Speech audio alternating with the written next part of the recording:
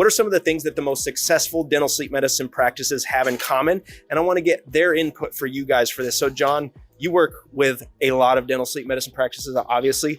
What are some of the most common things that those successful practices have with each other? A lot of our clients, what they have in common is that they're communicating with the physicians. They're sending narrative letters and narrative reports. Every single sleep patient that they have, they're communicating back to the referring provider and to the patient's other providers as well. So every sleep patient they see, 4 or 5 other providers are now aware that not only is there a sleep dentist in their area that's doing a thorough examination, but they're also following medical protocols in that SOAP format. And that's the format that other medical providers are used to seeing. And they see that and they say, wow, this is a dentist that I want to work with.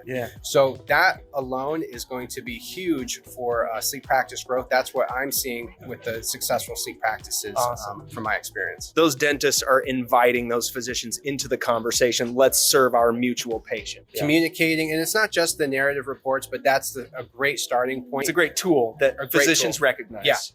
Absolutely. And just having that mindset of building your team, building your medical team, finding friendlies. And if you guys aren't using Dental Writer Plus, obviously reach out to Nierman Practice Management. They can instantly generate those SOAP notes that are very familiar to the physicians that you guys are communicating with.